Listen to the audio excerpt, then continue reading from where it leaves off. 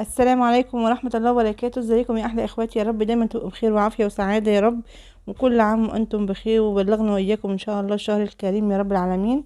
تقبل الله منا ومنكم صالح الاعمال.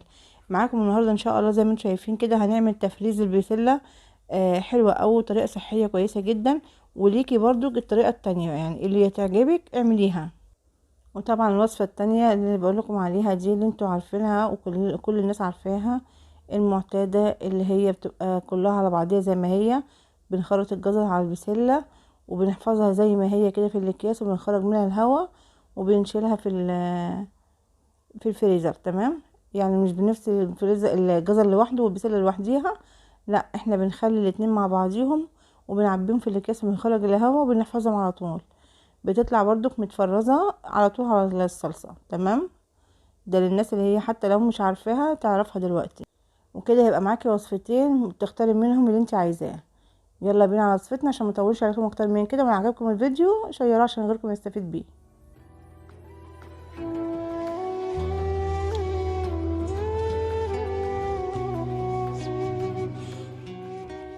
ورجعنا تاني مع بعضينا وبسم الله نبدأ ان شاء الله. احنا حاطين بصلة هتتشوح بس تشويحة خفيفة جدا، وهنحط عليها الجزر زي ما انتم شايفين كده دوبت. هي ما لونتش معانا، دبلت بس يا جماعة، ادت اللون الشفاف. تمام كده عشان نحافظ على التسكيرة بتاعت البصل.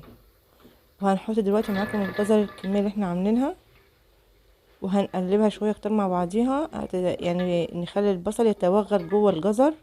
وهنغطيها وهنهدي النار عليها شوية كده بحيث ان الجزر يبقى مش معضم، يعني يطرى شوية كده مع البسلة، لان البسلة مش هتاخد نفس تسوية الجزر.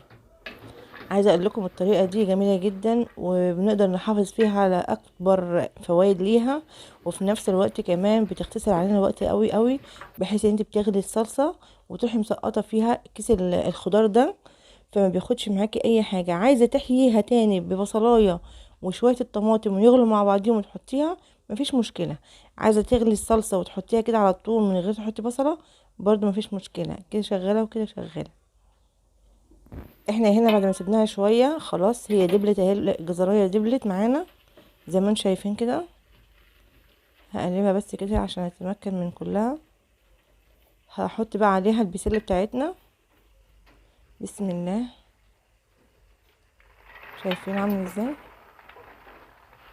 دي كميه البسله بتاعتنا. عايزه اقول لكم بسله جميله جدا ومسكره اللهم بارك، رغم ان هي خلاص ماشيه، بس بجد اللهم بارك جميله جدا. هي البسله جت كتيره شويه بس مفيش مشكله، هنقدر ان شاء الله نتحكم فيها ونقدر نقلبها كلها ان شاء الله بهدوء. احنا مش مستعجلين عشان مفيش حاجه تقع مننا ونهدر حاجه، فاحنا هنحاول نقلب بالراحه عشان نخلي كل حاجه اتوغلت مع بعضيها واتدخلت مع بعض. فهقلب كتير جدا عشان كل حاجه تبقى واخده حقها في التقليب.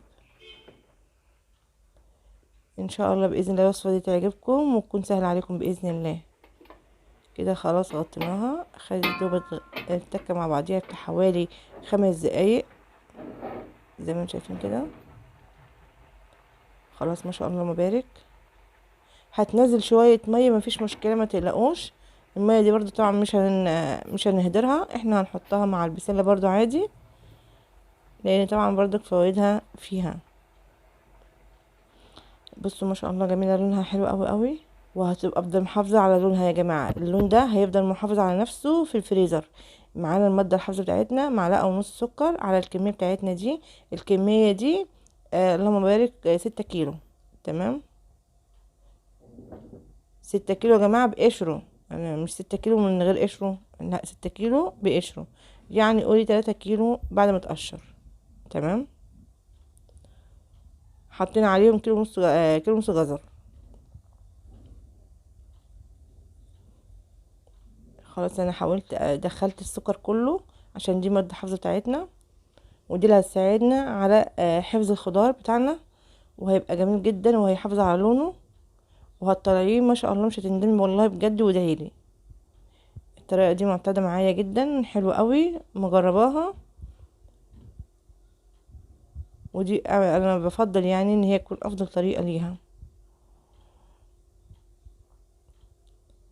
هسيبها بقى دلوقتي كده خلاص تهدى بقى عشان نقدر ان شاء الله نعبيها مع بعضينا ونشوف هنحفظها ازاي صح. بالامانه لو انت استفدت معايا شيري الفيديو عشان غيرك يستفيد بيه زيك. احنا هنا بعد ما هديت معانا عبيناها خلاص في الاكياس بتاعتنا. دي اكياس نضيفه تماما، ما فيهاش مكان اي حاجه خالص، عشان خاطر ما فيش حاجه تكرف على اكلنا.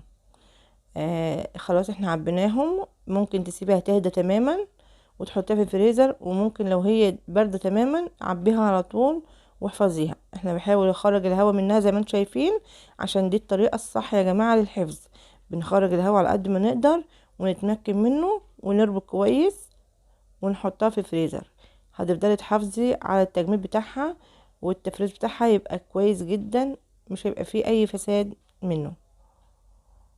تمام كده. بنحاول قدر الامكان نخرج الهواء ونتمكن من الكيس ونربط.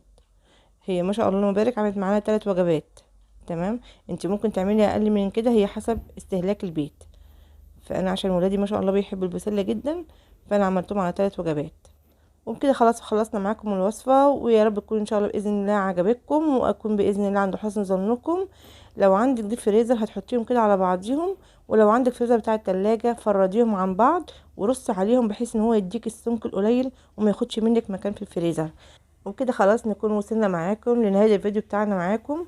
اتمنى ان شاء الله باذن الله ربنا يتقبل منا ومنكم صالح الاعمال ويرزقنا واياكم العمل الصالح وحسن الطاعه. دمتم في حفظ الله ورعايته. والسلام عليكم ورحمه الله وبركاته.